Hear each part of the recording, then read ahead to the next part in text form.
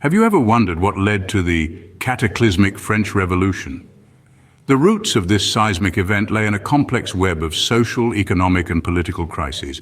Imagine a society riddled with social inequality, where the majority languished in poverty while a privileged minority reaped the benefits. Couple this with an economic crisis, a kingdom staggering under a mountain of debt, and a populace reeling from rising prices and crop failures.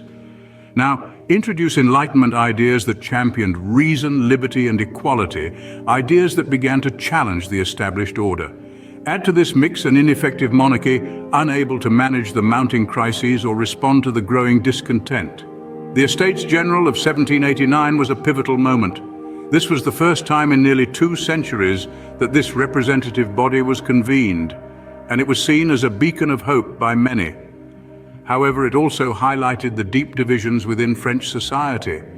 As tensions rose, the Estates General convened in 1789, setting the stage for revolution. The storming of the Bastille marked the dawn of a new era.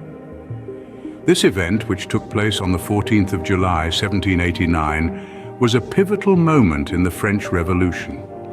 It was the spark that ignited the flame of change, signaling the end of the old regime and the birth of a new government.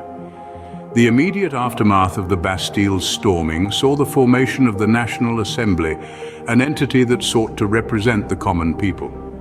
The Assembly took it upon themselves to draft a constitution, a task they accomplished by the end of 1789. This constitution established a constitutional monarchy, a form of government where the monarch's powers were limited by a governing body representing the people. The constitutional monarchy, however, was not destined to last. Despite initial hopes, the monarchy and the National Assembly were at odds, resulting in political instability. The king's attempted flight to Varennes in 1791 further eroded public trust in the monarchy, and the French people began to question whether a monarchy was the right form of government for them. This sentiment culminated in the insurrection of the 10th of August, 1792, when the people of Paris stormed the Tuileries Palace, effectively ending the monarchy. The National Convention, elected by universal male suffrage, replaced the National Assembly. The convention's first order of business was to officially abolish the monarchy and establish the First Republic. The First Republic marked a significant shift in power. The government was now in the hands of the people, represented by the National Convention. This shift wasn't without its challenges, however. The convention faced both internal and external threats, leading to a period of instability and violence known as the Reign of Terror. In spite of these challenges, the First Republic represented a crucial step towards a more democratic form of government. The French people had voiced their discontent with the monarchy, and their voices had been heard. The old regime had been toppled, and a new, more representative government had taken its place. Thus, by 1792, the First Republic was in place, symbolizing the end of the monarchy.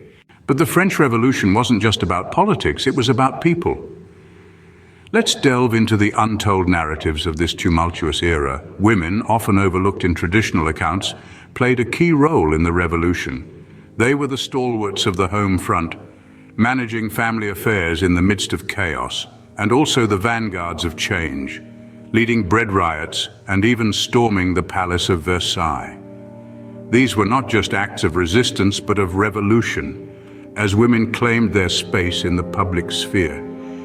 Beyond the borders of France, the revolution's tremors were felt in the colonies, where enslaved individuals rose up against their oppressors. In Haiti, the largest slave uprising in history was sparked, leading to the creation of the world's first black-led republic. The ideas of liberty, equality, and fraternity resonated deeply with those who had been denied these basic rights.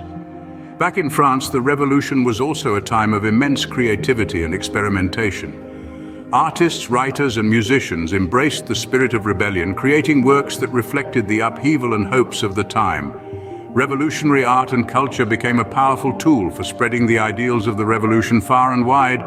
The revolution also had a profound impact on Jewish emancipation. Jews, long marginalized in French society, were granted full citizenship for the first time. This marked a significant step towards religious and social equality. a testament to the revolution's transformative power. And let's not forget the revolutionary experiments in democracy. The French Revolution was not just about overthrowing a monarchy, but about reimagining the very nature of governance. It saw the rise of radical political clubs, the spread of political pamphlets, and the birth of a fervent public sphere. These were not just political changes, but societal shifts as the French people began to envision a world where power was in the hands of the many, not the few. These unheard stories add depth to our understanding of this historical upheaval. The French Revolution was a complex and multifaceted event, far more than a simple tale of kings and guillotines. It was a time of profound change, not just for France, but for the world, setting the stage for the modern era we live in today. In the midst of revolution, France was not only battling internal strife. The Directory, a five-man committee, assumed power from 1795 to 1799. This was a period marked by political instability and a series of military challenges. The Directory was seen as a reactionary regime, a pushback against the radicalism of the previous years. It was a government that favored the bourgeoisie and sought to stabilize the country. However, it was plagued by corruption, economic difficulties, and a lack of public support. The Directory found it challenging to maintain control, and its rule was marked by a constant struggle for power among the five directors. Amid this political turmoil, France was also engaged in the Revolutionary Wars, the series of military conflicts that spanned from 1792 to 1802. These wars were fought between revolutionary France and several European powers, including Britain, Austria, and Prussia.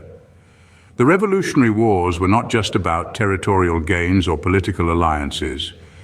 They were a manifestation of the ideological conflict between the revolutionary ideals of liberty, equality, and fraternity, and the established monarchical systems of the rest of Europe. France, under the Directory, was fighting to defend its revolutionary ideals and to spread them across Europe. The French armies, though initially inexperienced and poorly equipped, gradually became a formidable force. They achieved several significant victories, such as the Battle of Fleurus in 1794, which marked a turning point in the French Revolutionary Wars.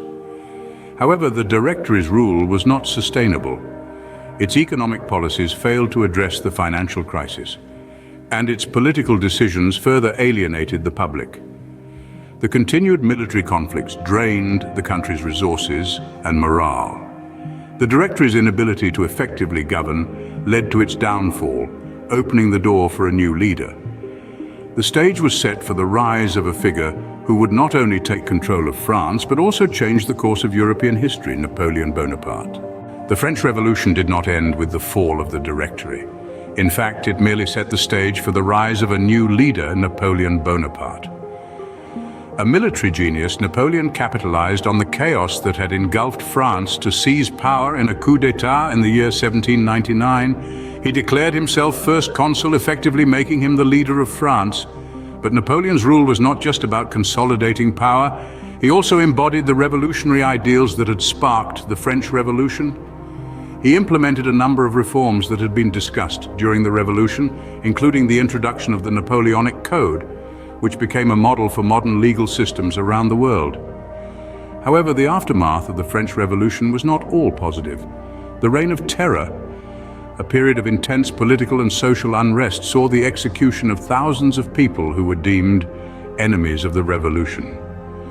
This brutal period was a stark reminder of the potential for violence and tyranny within a revolution.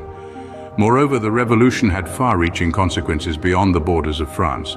It spread revolutionary ideals of liberty, equality, and fraternity across Europe and the world.